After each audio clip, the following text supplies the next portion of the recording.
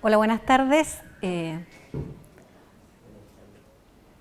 Soy Verónica Villarreal, pediatra de este servicio de urgencia y estamos muy complacidos de tenerlos acá en esta charla que se orienta a la parte de asfixia por inmersión, básicamente en la parte de prevención y luego de reanimación inicial. ¿Qué hacer con un niño que se cae a la piscina? Esta es temporada de piscina, ¿cierto? Suele suceder que de repente estamos muy entretenidos en algún asado familiar, ¿cierto? Se nos pierde un niño y los niños lo primero que buscan es el peligro y se van a las piscinas, ¿ya? Entonces, en esta temporada y siempre cuando se nos pierda un niño tenemos que buscarlo en la piscina, ¿ya? Para no lamentar después sucesos irreversibles. Quiero dejarlos con una pequeña introducción.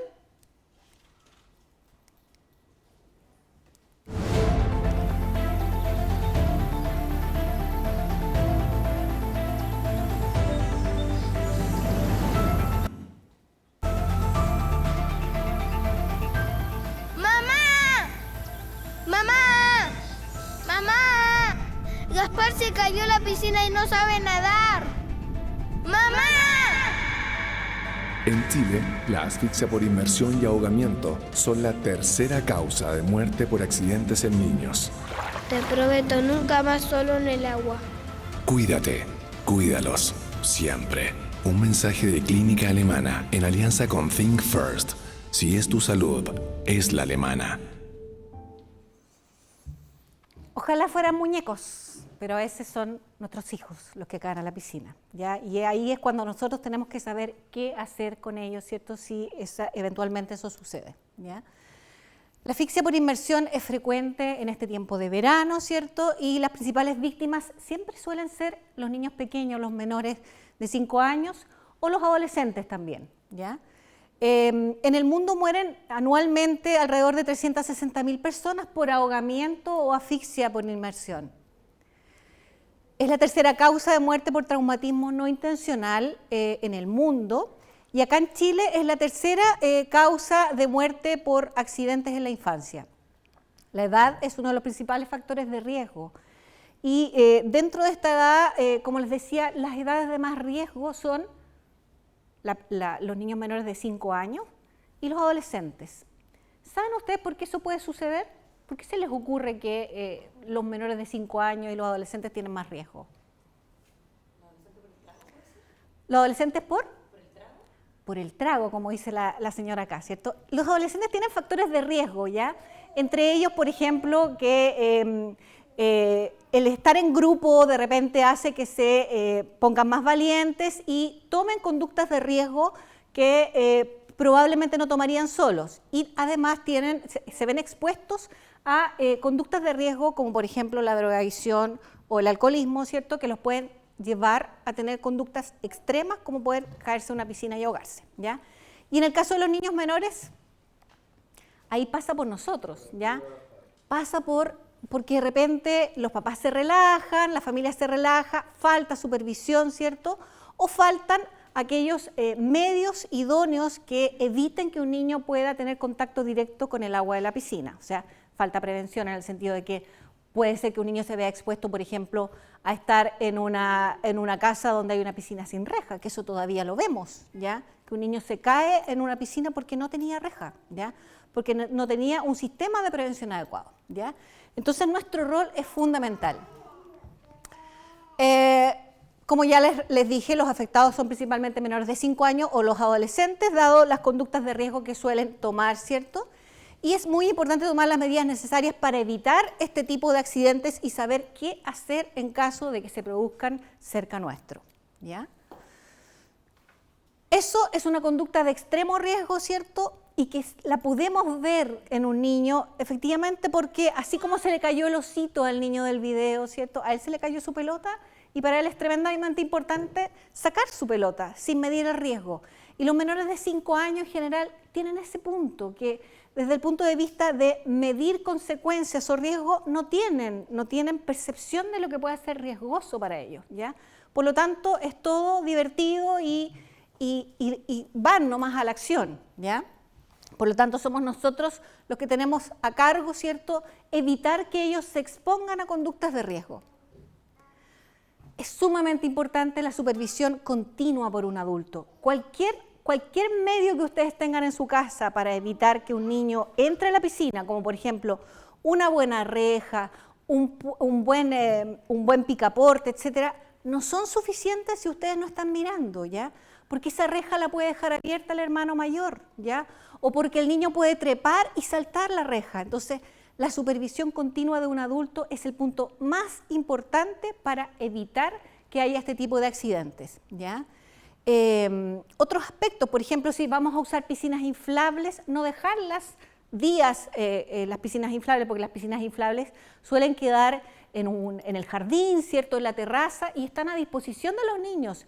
Entonces, un niño se puede ahogar con solo sumergir la cabeza en 10 centímetros de agua, ¿ya?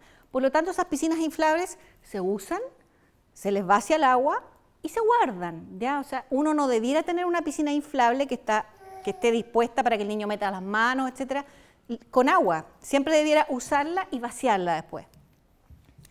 En las casas rodear las piscinas, ¿cierto?, con rejas de protección de una altura de al menos 1,5 metros, ¿ya? Y con una separación entre barrotes que no permita que un niño pueda meter su cabeza, ¿ya? Porque de repente, claro, hay piscinas altas, pero son muy separadas, ¿ya? Y eso hace que el niño pueda meter la cabeza o el cuerpo de lado y entre a la piscina igual, ¿ya? Entonces, hay estándares en que se estipula que la medición o la altura de la reja debiera ser de al menos 1,5 metros, ¿cierto? Y con una separación no superior a 10 centímetros entre barrote y barrote, ¿ya? Y esa es una reja idónea para una piscina, ¿ya? Una reja que ustedes ven que se llama empeineta o empeine, que es una reja que no tiene divisiones entre medios, ¿ya? Se fijan que es una reja donde están todos los barrotes parados, ¿cierto? Pero no hay, entre los barrotes no hay otros barrotes horizontales donde un niño pueda pisar y trepar al final, ¿ya? Esa es una reja segura para una piscina y esta obviamente es una reja tremendamente insegura. No cumple las características, ¿cierto?, de altura, es una reja que tiene además barrotes entre medio de los barrotes verticales, hay barrotes horizontales donde un niño puede trepar perfectamente y entrar al agua en forma fácil, ¿ya? Entonces, eso por ningún motivo, eso no sirve como prevención en una casa. La puerta debe permanecer siempre cerrada y segura, y este es un punto tremendamente importante, porque de repente tenemos 4 o 5 niños en una casa, ¿cierto? Claro, el más chiquitito tiene menos de 2 años, pero los otros están todos entre 3 y 7 y se bañan a diario en la piscina y entran y salen y dejan la reja abierta, ¿ya? Entonces, por eso es tan importante lo que hablábamos antes de la supervisión continua de un adulto. Independiente que podamos tener reja en nuestra piscina, ¿cierto?, o los sistemas de seguridad adecuados, debemos estar vigilantes siempre, ¿ya? No deben existir sillas o escaleras cerca de las rejas que los niños pudieran usar como un trampolín, como algo que puedan, ¿cierto?, escalar y saltar hacia el agua, ¿ya? Entonces, nada que ellos pudieran usar como de escalada, ¿ya? Hay un tipo de seguros que son este tipo de seguros que son evidentemente para adultos, son manejables por los adultos. Los niños no los pueden manipular en general, los niños pequeños, ¿ya? Este tipo de seguros es lo óptimo para el cerrojo de una piscina al final, ¿ya? Evitar que dentro o alrededor de la piscina existan elementos atractivos para los niños. Como veíamos, ¿cierto?, en el video había un osito que se había caído, se cayó una pelota que es atractivo para el niño. Evitar cualquier cosa que llame la atención del niño y que lo estimule a ir al agua al final, ¿ya? Usar chalecos salvavidas adecuados para el peso y para la edad del niño, ¿cierto? Y ojo que las alitas y los juguetes de plástico no son seguros, o sea, si yo pongo a mi hijo, ¿cierto?, con alitas de plástico, siempre lo tengo que tener supervisado y ante cualquier flotador que sea de plástico no tienes ninguna seguridad, ¿ya? Aunque es bueno que los niños sepan nadar, eso no nos debe dar la pauta para relajarnos. En general, un niño que sabe nadar igual debe estar vigilado, supervisado siempre. Asegurarse además que los niños no coman ni mastiquen chicle cuando estén en el agua. cualquier elemento que tengan en la boca, si el niño sufre un tragado de agua, ¿cierto?, puede asfixiarlo, ¿ya? Un niño que está con un chicle en la boca y que sufre un tragado de agua puede asfixiarse en ese momento. Evitar situaciones de riesgo como las chinitas, los piqueros u otros de carácter brusco, que no solamente propenden a que un niño se pueda asfixiar, sino que también pueden propender a otro tipo de traumatismos mayores en los niños. Cuando un niño se cae mal, ¿cierto?, en la piscina, se tira un piquero mal, eso puede provocar un traumatismo de columna y una invalidez posterior. Entonces es importante evitar este tipo de juegos en la piscina que se da básicamente en los niños más grandes o en los adolescentes, ¿ya? Y si un niño está extraviado, lo primero que tenemos que hacer es buscarlo en la piscina, ¿ya? Si se extravió mi niño en el asado familiar, lo primero que hay que hacer es buscarlo en la piscina porque ahí lo más probable es que lo podamos encontrar, ¿ya?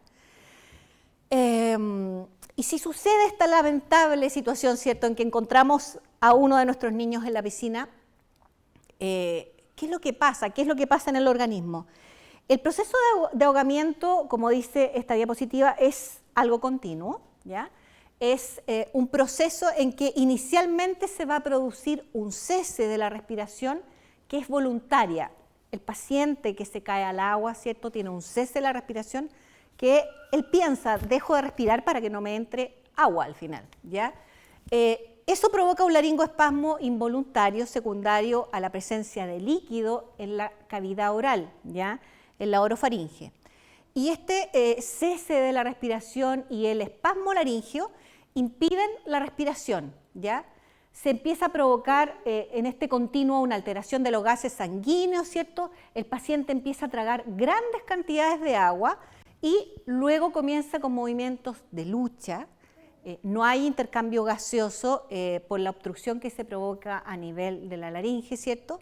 Y finalmente cae tanto la presión arterial de los gases sanguíneos y del oxígeno que el laringoespasmo, esto de que la laringe estaba apretada y no dejaba entrar el aire, se relaja y deja entrar el agua a los pulmones, ¿ya?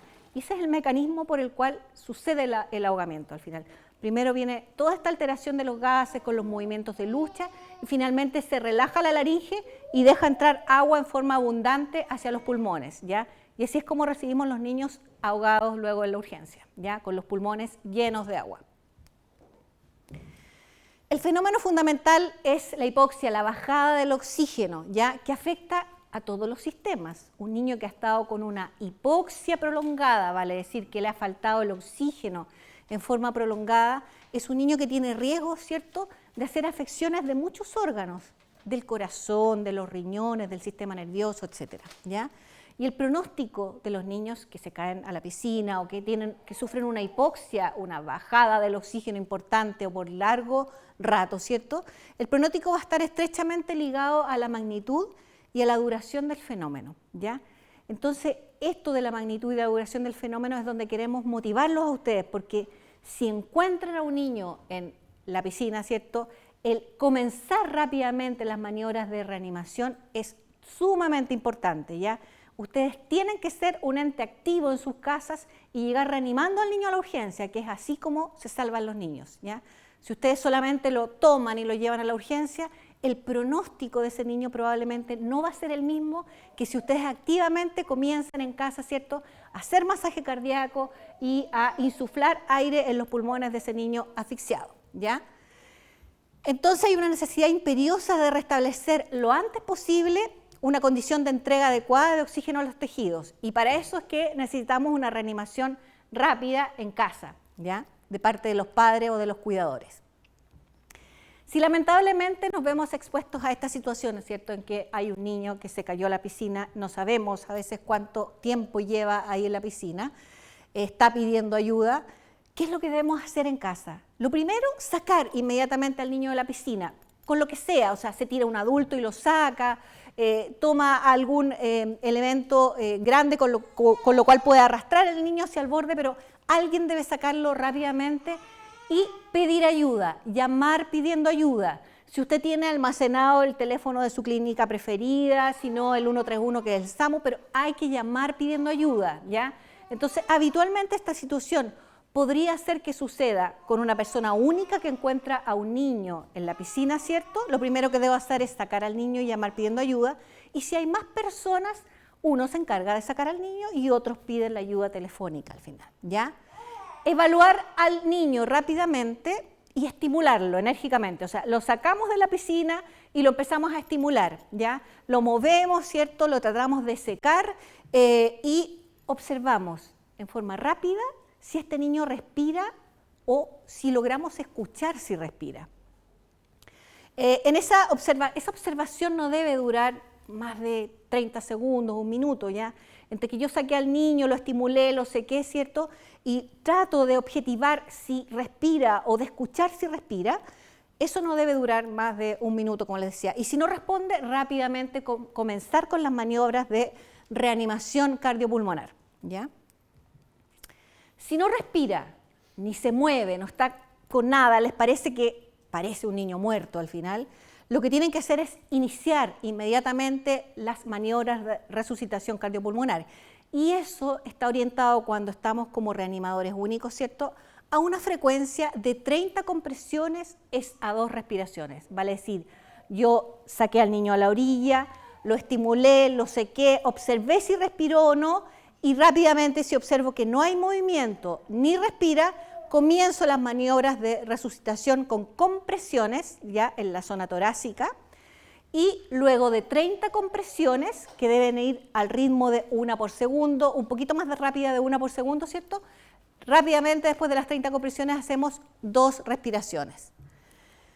Esto debiera completar un ciclo de 5 veces 30 compresiones y 2 respiraciones. 5 veces o el equivalente más o menos a 2 minutos.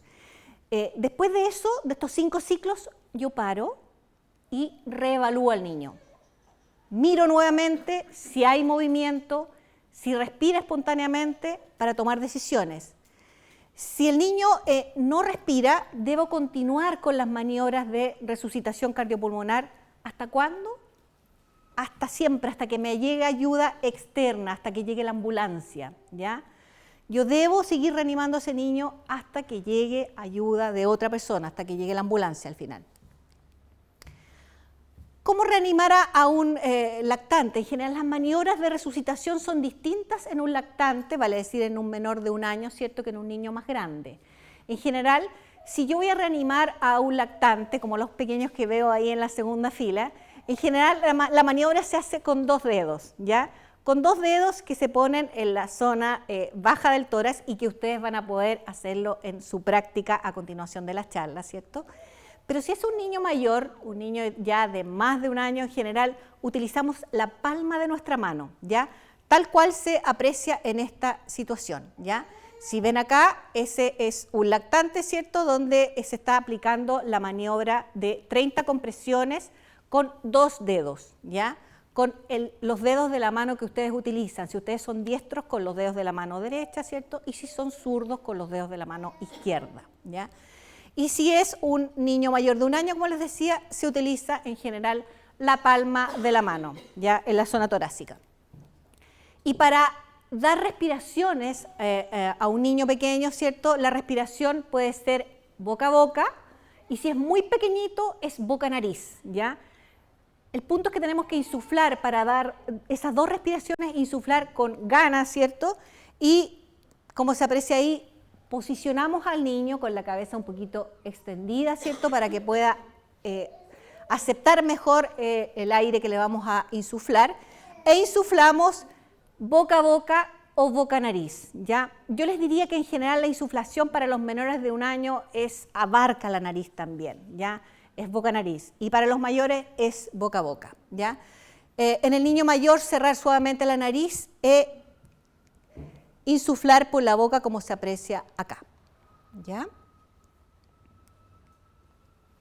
Si el niño vuelve a respirar, que ojalá eso suceda en la casa, ¿cierto?, después de unas pocas maniobras, ojalá el niño vuelva a respirar, deben dejarlo de lado y trasladarlo al centro asistencial más cercano para su evaluación inmediata. Nunca se queden con el niño en la casa pensando que ya pasó todo, ¿ya? Siempre un niño tiene el riesgo de haber tragado agua, ¿cierto? Y haber llegado agua a sus pulmones, entonces es importante llevarlo a un servicio de urgencia.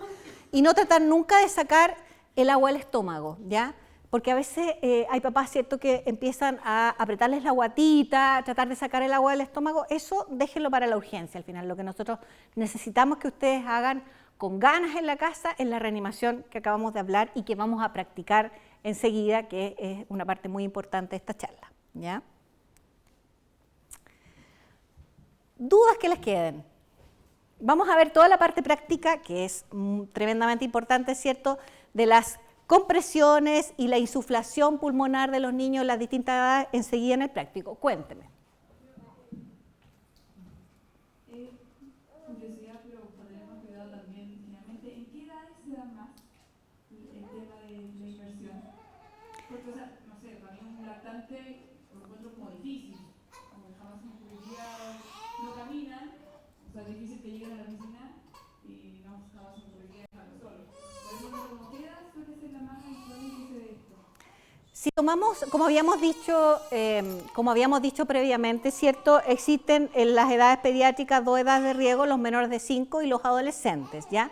Tu pregunta va dirigida específicamente a los menores de 5, ¿cierto? En que, ¿qué hago yo con un lactante que es más raro, como tú dices, que se caiga a la piscina? Yo les diría que desde que el niño es capaz de gatear, y eso lo logran por desarrollo psicomotor alrededor de los 10 meses, ya tiene riesgo de sufrir una asfixia por inmersión. Y la edad de más riesgo va entre los 2 y los 3 años, ¿ya? Que son niños que se movilizan hacia todos lados, que no miden el peligro y que en general son niños que no saben nadar también, ¿ya? Porque los que se acercan más a los 5 años, un grupo ya sabe nadar, ¿cierto? Y algunos también logran medir un poquito el peligro. Entonces el grupo de más riesgo va entre los 2 y los 3 años, ¿ya? Pero como les decía, desde que un niño puede gatear desde los 10 meses, ya podría sufrir una asfixia por inmersión, por conducta propia de riesgo, ¿ya? ¿Alguna otra pregunta? Dígame. Allá el micrófono. Quiero saber, por ejemplo, cuando un niño se cae a la piscina, que nombraban ahí los pasos como que ocurren en el organismo, en el fondo, que empiezan a ahogarse, a tratar de defenderse, tragan agua. ¿Cuánto rato pasa desde que el niño se cae hasta que, no sé, pues ya está ahogado, ya le entra agua a los pulmones y todo eso?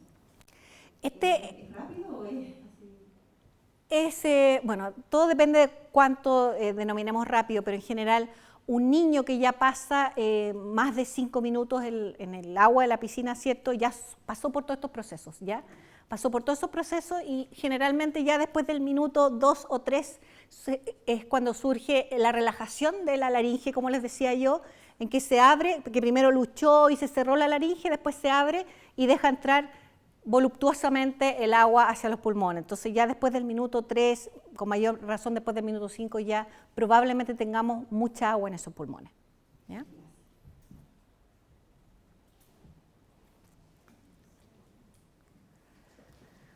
¿Alguna otra consulta?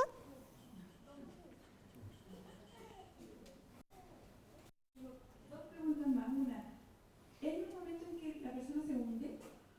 Y la segunda, si hay algún golpe, por ejemplo, grave en la cabeza, ¿qué hacer ahí primero? Ya. Enfocado a la primera pregunta, sí hay un momento en que la persona se hunde, pero en general depende del peso corporal y del tiempo de exposición, ¿ya? Una persona en general que tiene más peso corporal, vale decir, los adultos tienden a hundirse antes que un niño al final, pero es por una cosa de peso corporal nomás, ¿ya?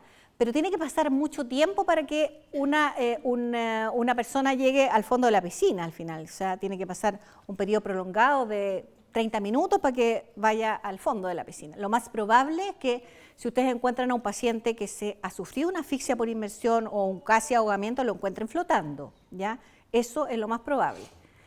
Y con respecto a la segunda pregunta, que era qué hacer, ¿cierto? Si hay un traumatismo además asociado, que eso es más frecuente, como les decía, en los adolescentes, sobre todo que toman conductas de riesgo de repente y que están bajo efectos de drogas o de alcohol, ¿cierto? Y que se envalentonan en grupo y sufren de repente este tipo de condiciones en que caen a la piscina y pueden sufrir un traumatismo de columna cervical, por ejemplo, por un piquero mal tirado o porque se golpea contra el borde de la piscina, etc. Entonces, en esa situación, además de sacar al paciente, ¿cierto?, hay que, si uno sospecha o vio que hubo un traumatismo de la columna cervical, hay que tratar de no movilizar la columna cervical, de movilizar al paciente en bloque, que se llama, ¿ya? Y de tratar de inmovilizar con métodos caseros en casa, ¿cierto? Nosotros podemos hacer una inmovilización de columna cervical mientras llega la ambulancia y trae su collar cervical. Uno puede tomar un par de toallas, enrollarlas, ¿cierto? Hacer unos rollos pequeños y ponerlas por los lados del paciente, lo que va a hacer una sujeción de la columna cervical mientras llega la ambulancia y se le instala un collar cervical adecuado. No sé si respondí tu pregunta. ¿Alguna otra consulta?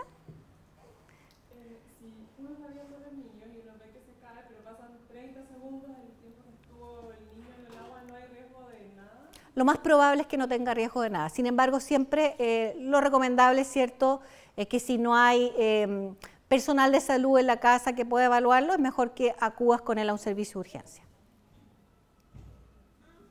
Y tengo una duda más o menos parecida. O sea, en el caso de que el niño se caiga y lo encontremos que respire, ahí la instrucción es tomarlo y llevarlo, no llamarlo a la ambulancia que lo vengan a buscar. Si el niño está respirando, claro, si el niño se ve solamente un poco pálido y nervioso, pero está respirando, ¿cierto?, puedes tomarlo tú y llevarlo a la urgencia. Si ¿Qué probable? de la maniobra, logro que respire también, aunque no haya llegado a la ambulancia. No, en general, si el niño tú lo encontraste sin respirar, es preferible, ¿cierto?, esperar la ambulancia en casa, haciendo las maniobras, ¿ya?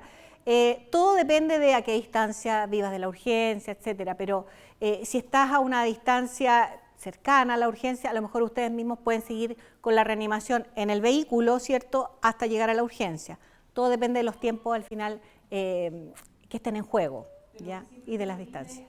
Ejercer la maniobra en el mismo lugar, ¿no? Al tiro, enseguida, o sea, al encontrar a un niño sin respirar, sin esfuerzo respiratorio, debo partir las maniobras y no debo suspenderlas hasta que el niño respire o hasta que llegue ayuda que me releve, ¿ya? Por acá hay una pregunta.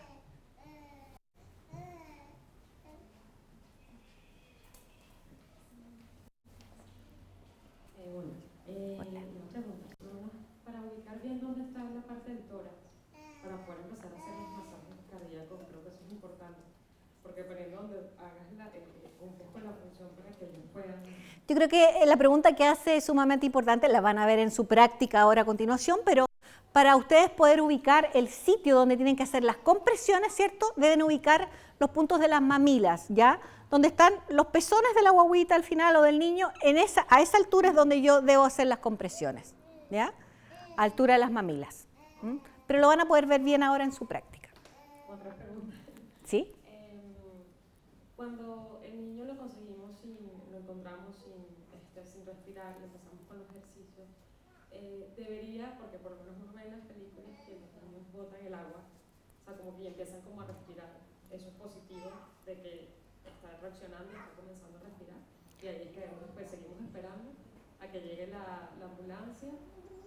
En general, ¿cierto? Si tú ves que el niño ya bota el agua y empieza a tener esfuerzo respiratorio propio, hasta ahí llegan tus maniobras de resucitación cardiopulmonar, ¿cierto? Y ahí la idea es que esperes la ayuda que viene en camino, ¿ya? Pero como les decía antes, no intenten ustedes vaciar el estómago, o sea, no estén apretando la guatita del niño ni nada, sino que solamente las maniobras de resucitación cardiopulmonar. ¿Alguna otra pregunta?